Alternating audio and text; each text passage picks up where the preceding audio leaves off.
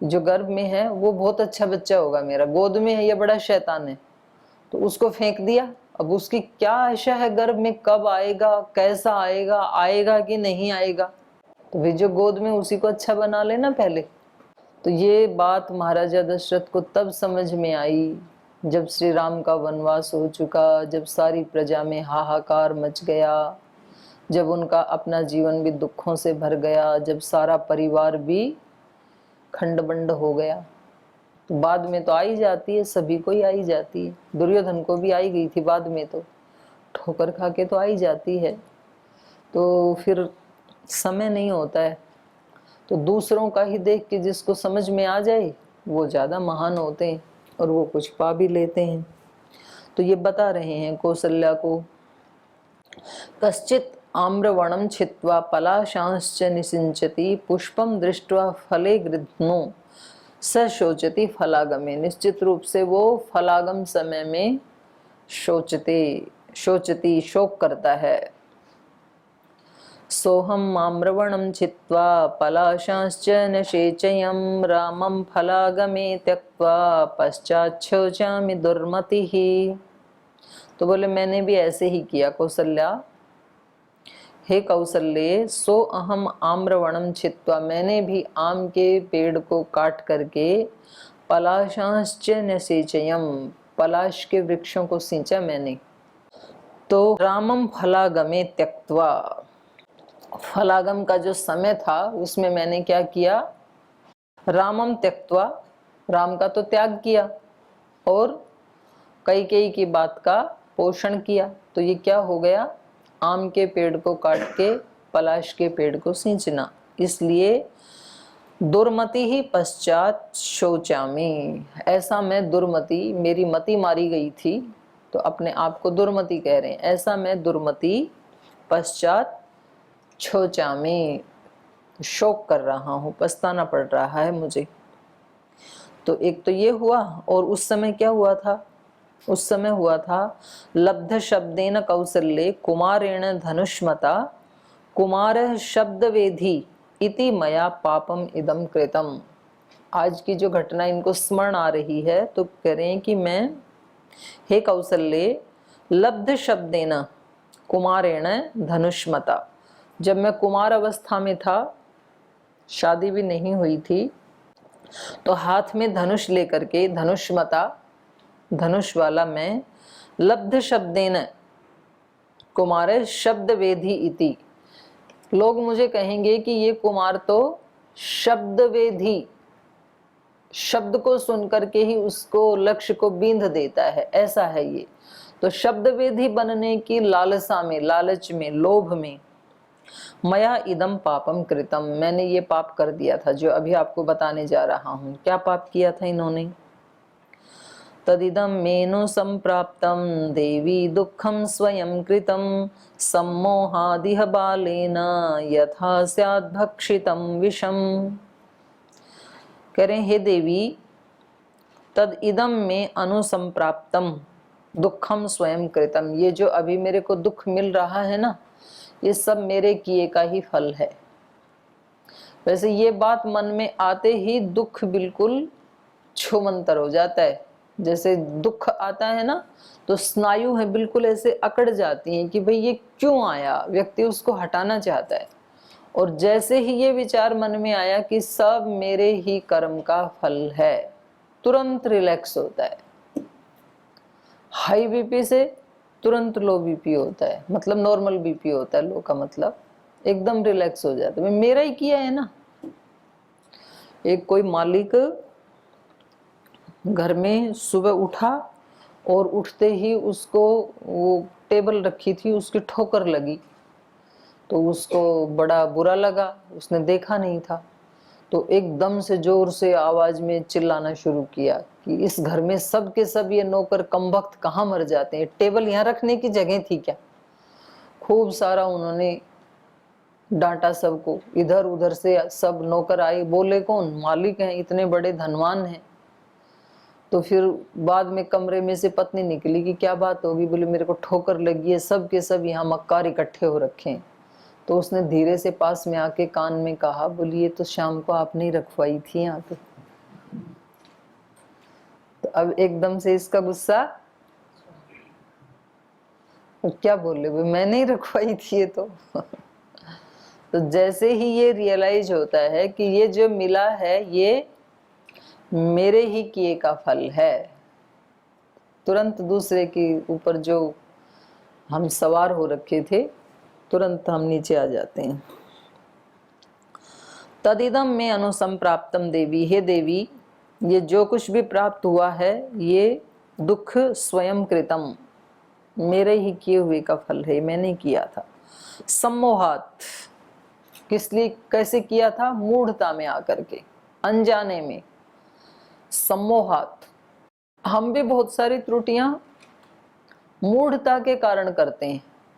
हम नियमों में नहीं जाते हैं, क्लास में आके ठीक से नहीं पढ़ते हैं, व्यायाम प्राणायाम ठीक से नहीं करते हैं, कभी इधर उधर जाके गफलत में कुछ ऐसे काम करते हैं। ये जानबूझ के नहीं करता है व्यक्ति, उसके अंदर सम्मूढ़ता हावी हो जाती है तो उसमें कर देता है, गफलत में कर देता है, प्रमाद में कर देता है। तो प्रमाद दो प्रकार का बताया था ना, सक्रिय और निष्क्रिय। तो सक्रिय प्रमाद हो जाता है, कभी कभी निष्क्रिय प्रमाद हो जाता है। तो निष्क्रिय में तो कुछ करता ही नहीं है, और सक्रिय में जो नहीं करना चाहिए वही कर देता है, यह सक्रिय प्रमाद है। तो इन्होंने भी सक्रिय प्रमाद के कारण किया ये। सम्मोहाद इह बालेन, बाल अवस्था में कर दिया मूढ़ता के कारण। यथा स्याद भक्षितम विषम, जैसे कोई बच्चा मूढ़ता में आकर के विष को खा ले। बड़ा आदमी तो खाएगा नहीं, उसको पता ये विष है, लेकिन बच्चे को क्या पता, कोई भी चीज उसके सामने रखी हो सब मुंह में ले जाता है, पता नहीं बच्चे की क्या आदत है। और उसको माता बार बार में उसके हाथ से छीनती रहती है, कुछ भी उसके हाथ में तो सीधा मुंह में, क्योंकि वो और कुछ जानता ही नहीं है, केवल वो पेट में कुछ डालना उतना ही जानता है। दूध ही पीता है ना अभी माँ का, तो सब चीज मुंह में ले जाता है और कुछ भी नहीं करता है वो। तो जैसे कोई बच्चा बचपने के कारण, अज्ञान के कारण विष को भी खा लेता है, उसको पता नहीं चलता कि इससे तो मेरी मौत आएगी, ऐसे ही मैंने भी मूढ़ता के कारण ये पाप कर दिया जिसका कि अब मैं फल भोग रहा हूं। देव्यनूढ़ा त्वमभवो युवराजो भवाम्यहं ततः प्रावृड्डनुप्राप्ता मम कामा विवर्धिनी। देवी अनूढ़ा त्वम अभव, हे देवी अनूढ़ा, मैं अविवाहित था। त्वम अभव, तुम थी नहीं, अविवाहित था तो कौशल्या कहाँ से आएगी? तो कह रहे हैं जब तुम भी नहीं थी, जब मैं अविवाहित था, युवराजो भवामी अहम, तब मैं युवराज था, राजा भी नहीं बना था, तब की बात है ये। ततः प्रावृड अनुप्राप्ता मम काम विवर्धिनी, ततः तब काम विवर्धिनी प्रावृड, कामनाओं को उत्पन्न कर देने वाली वर्षा ऋतु अनुप्राप्ता आई। तस्मिन् अति सुख काले धनुष्मान कवची रथी व्यायाम कृत संकल्पः सरयूम अन्व अगाम नदीम। तो तब मैंने क्या किया? तस्मिन् अति सुख काले, जैसे वर्षा ऋतु होती है तो सब जगह हरा भरा, और कोई कहीं झिंगुर बोल रहे हैं, कहीं मोर बोल रहे हैं, कहीं काली घटाएं छा रही हैं, गर्मी भी शांत हो गई है, तो बड़ा आदमी को एक रिलैक्स सा होता है। गर्मी के बाद बारिश आती है, गर्मी में तपते हुए, तो बड़ी सुहाती है वो बारिश। तो ये कह रहे हैं उस समय अति सुख काले, वो वर्षा काल बड़ा सुख देने वाला था। तो उसमें धनुष्मान कवची रथी, मैंने धनुष हाथ में लिया, कवच पहना और रथ पे चढ़ करके सरयू की तरफ चला गया मैं। व्यायाम कृत संकल्प, व्यायाम करने के लिए, तो धनुर्विद्या का अभ्यास करने के लिए, जैसे हम योग विद्या का अभ्यास करने के लिए योग भवन में जाते हैं, ऐसे धनुष विद्या का अभ्यास करने के लिए ये सरयू की तरफ चल पड़े, जंगल की तरफ चल पड़े। सरयूम अनु अगाम नदीम, सरयू नदी की तरफ मैं चला गया। निपाने महिषं रात्रौ गजं वाभ्यागतं नदीं अन्यं वा श्वापदं किञ्चित् जिघांसुरजितेन्द्रियः अथान्धकारे त्वश्रौसं जले कुम्भस्य पर्यतः अचक्षुर्विषये घोषं वाराणसीव नर्दतः ततोऽहं शरमुद्धृत्य दीप्तमाशीविशोपमं शब्दं प्रति गजप्रेप्सुरभिलक्ष्य त्वपातयम् अमुञ्चं निशितं बाणं महम्माशीविशोपमं तत्र वागोषसि व्यक्ता प्रादुरासीद्वनौकसः हा हा इति पतत्स्तो ये बाणाभिहतमर्मणः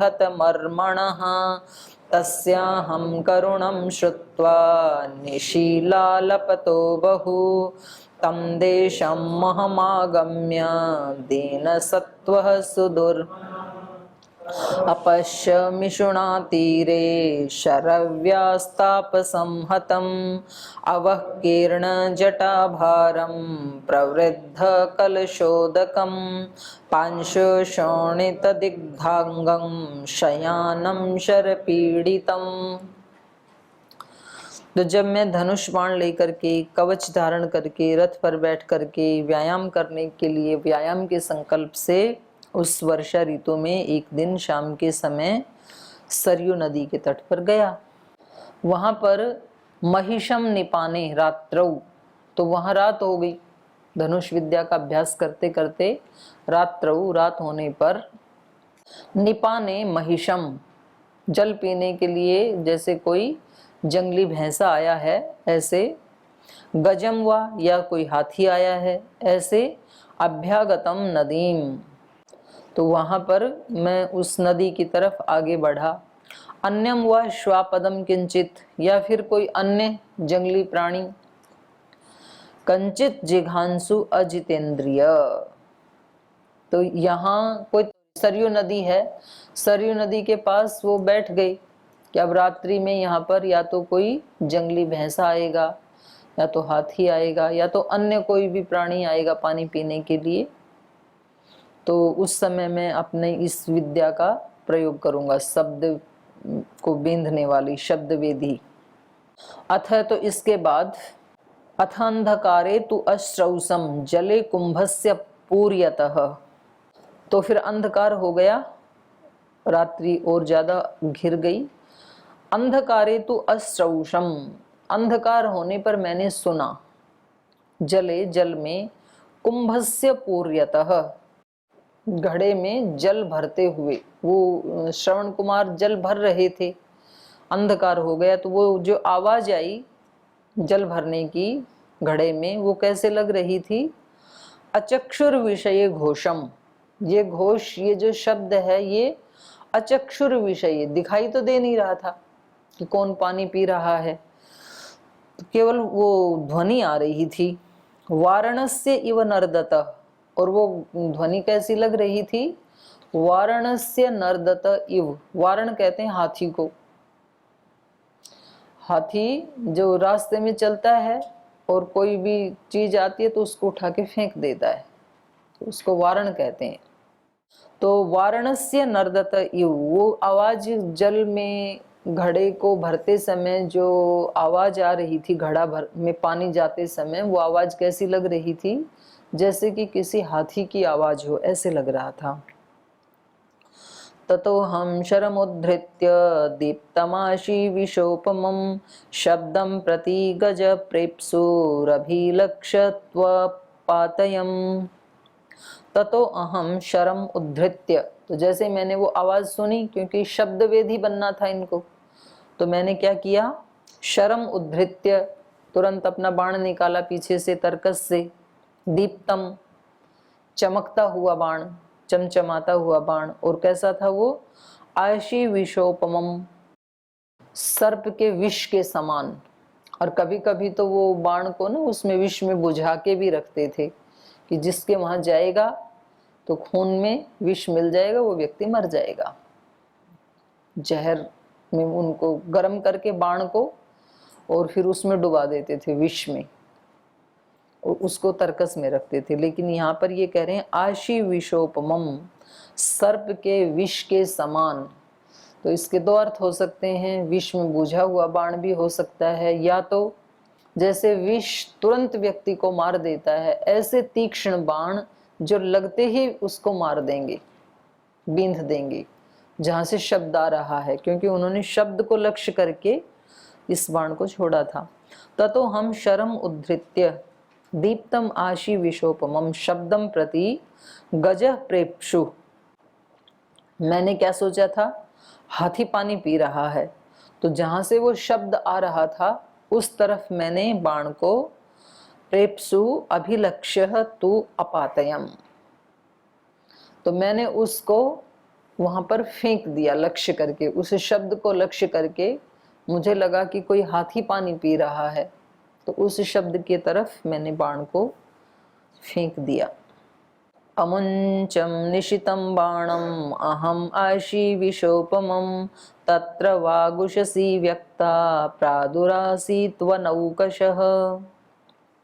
तो कह रहे हैं कि अमुंचम निशितम, जैसे ही मैंने वो बाण फेंका, निशितम भयंकर, निशितम बाणम अहम आशी विशोपमम, सर्प के विष के समान भयंकर जैसे ही उस बाण को मैंने फेंका, तत्र वाग उषसी व्यक्ता, तो वैसे ही वहां पर एक ध्वनि अभिव्यक्त हुई, मनुष्य की आवाज वहां पर अभिव्यक्त हुई। प्रादुरासीत, उसका प्रादुर्भाव हुआ उस वाणी का, वनौकश, किसी वनवासी की। जैसे ही मैंने वो बाण फेंका, बाण उसको लगा, तो वहां से किसी वनवासी मनुष्य की वाणी अभिव्यक्त हुई। उसने चिल्लाया, उसको बाण लगा तो हा हा हा हेति पततस्तो ये बाणम अभिहत मर्मणः तस्याहं करुणं श्रुत्वा निशीला लपतो बहु।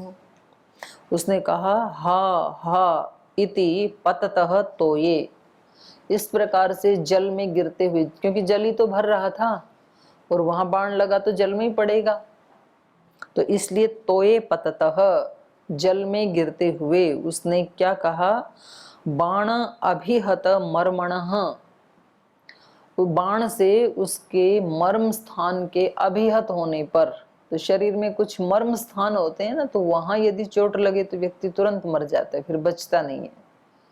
तो इनके भी किसी मर्म स्थान के ऊपर जाकर के बाण लगा, तो बाण अभिहत मर्मणः, मर्म स्थान पर बाण से अभिहत होता हुआ वह जो वनवासी था, तोये पततः, जल में गिरते हुए, हा हा इति, उसने हा हा करके चिल्लाया।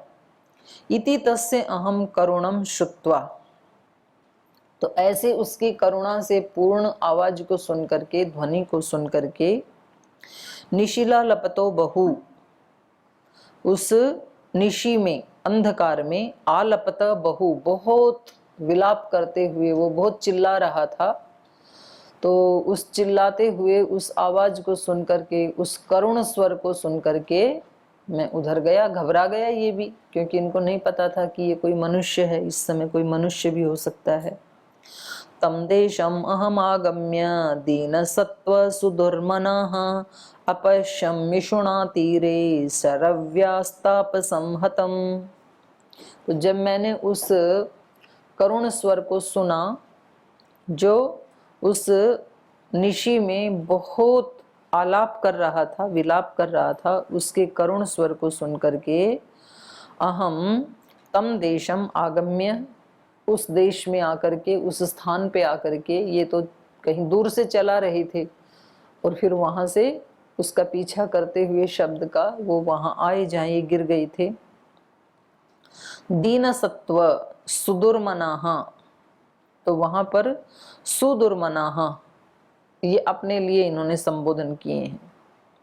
सुदुर्मना दीन सत्व, उस दीन सत्व के पास और मैं दुर्मन वाला, अपश्यम इषुणा तीरे, तो वहां मैंने देखा, इषुणा मेरे इशु से, बाण से, तीरे उस नदी के तीर पर, सरयू के तीर पर, सरव्यास तीरे, सरयू के तीर पर मैंने क्या देखा? हतम तापसम, किसी तपस्वी को आहत हुए मैंने देखा। मेरे बाण से उस नदी के किनारे, सरयू के किनारे किसी तपस्वी को आहत हुए, मेरे बाण से घायल हुए मैंने देखा। वहां पहुंचा मैं। अवकीर्ण जटाभारम प्रवृद्ध कलशोदकम पांशु शोणित दिग्धाग्धम शयानम शरपीड़ितम। अवकीर्ण जटाभारम, उसकी जो जटाएं थी वो अवकीर्णम, बिखरी हुई थी। तो मरेगा तो बिखर ही जाएंगे ना। अवकीर्ण जटाभारम प्रवृद्ध कलशोदकम, और जल जो उसने भरा था घड़े का, वो प्रविद्ध, वो घड़ा बिंध गया, वो भी टूट गया, घड़ा भी टूट गया था। पांशु शोणित दिग्ध अंगम शयानम शर पीड़ितम। पांशु मिट्टी से और शोणित लहू से, मिट्टी और लहू से व्याप्त उसका जो शरीर है। शोणित दिग्ध अंगम शयानम, गिर गया वो वहां पर, पानी में ही सो गया, कुछ मिट्टी लग गई, कुछ लहू लग गया और उसके किनारे गिर गया। शर पीड़ितम, उस शर से, मेरे बाण से पीड़ित वो जो वनवासी था वो वहां पर लोटा हुआ था, धूल धूसरित होकर के, मिट्टी लग रही थी, रक्त लग रहा था और बाण उसके वहां लगा हुआ था, तड़फ रहा था वो।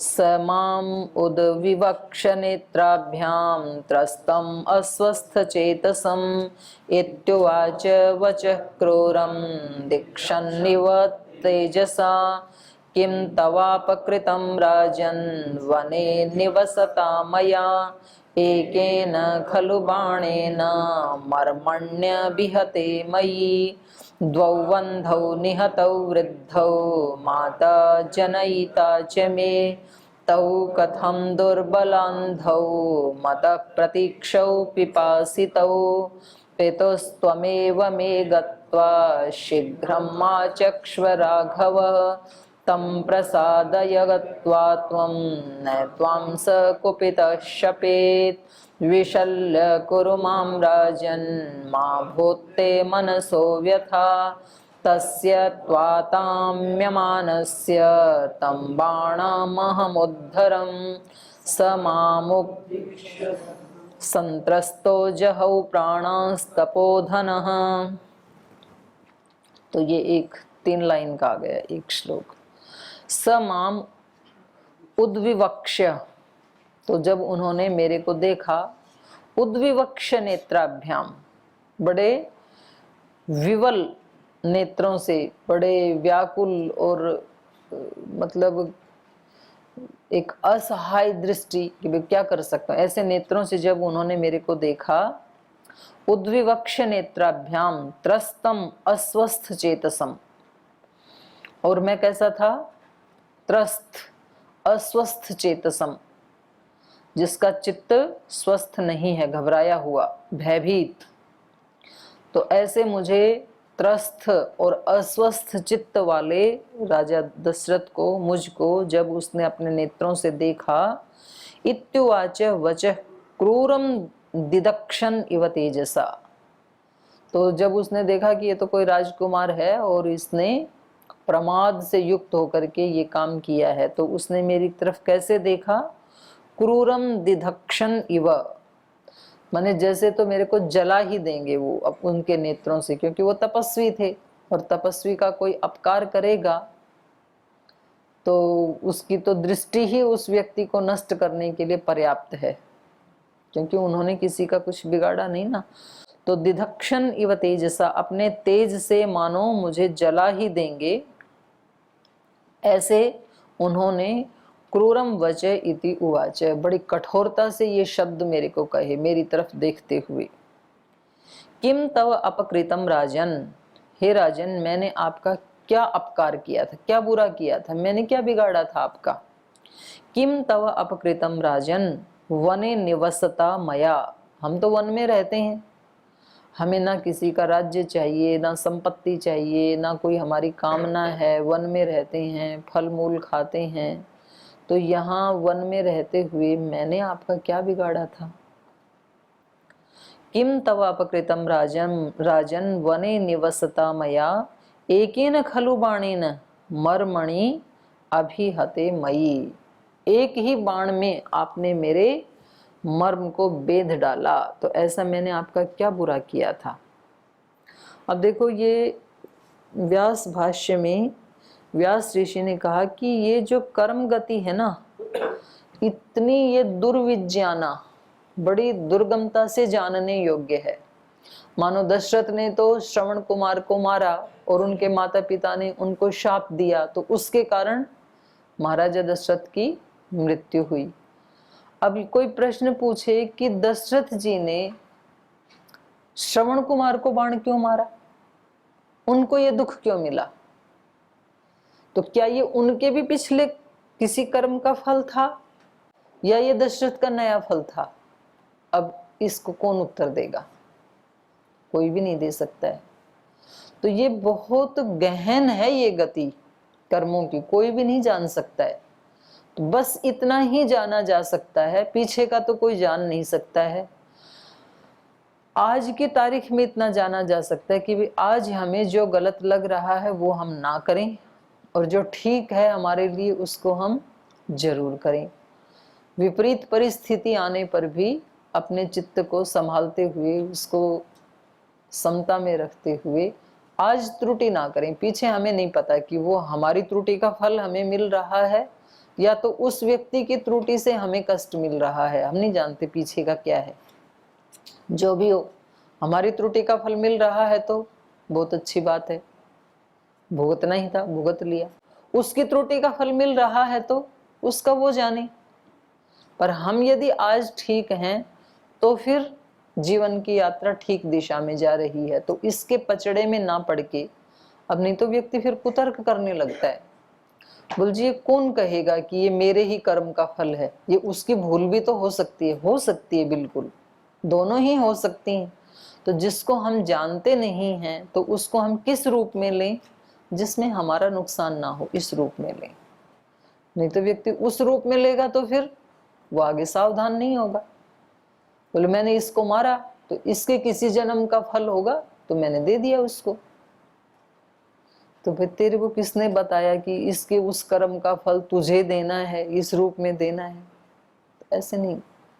तो पीछे का जो हम नहीं जानते हैं उसमें इतना ही जाने कि हम नहीं जानते हैं।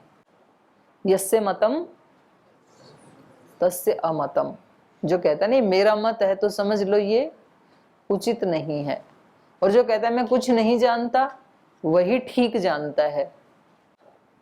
तो ऐसे उन्होंने उसकी तरफ देखा, बहुत कठोर दृष्टि से और कठोर शब्दों में कहा कि भाई हमने आपका क्या बिगाड़ा था ऐसा जो आपने एक ही बाण में मेरे मर्म को बेंध डाला। और आपने केवल मेरी हत्या नहीं की, मेरे साथ साथ आपने 2 हत्याएं और की हैं। तो ये हम कल पढ़ेंगे। आज समय हो गया, आज यही विराम लेते हैं।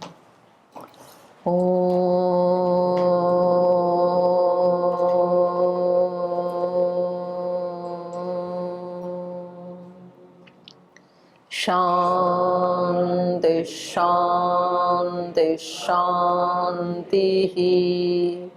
श्री गुरुभ्यो नमः।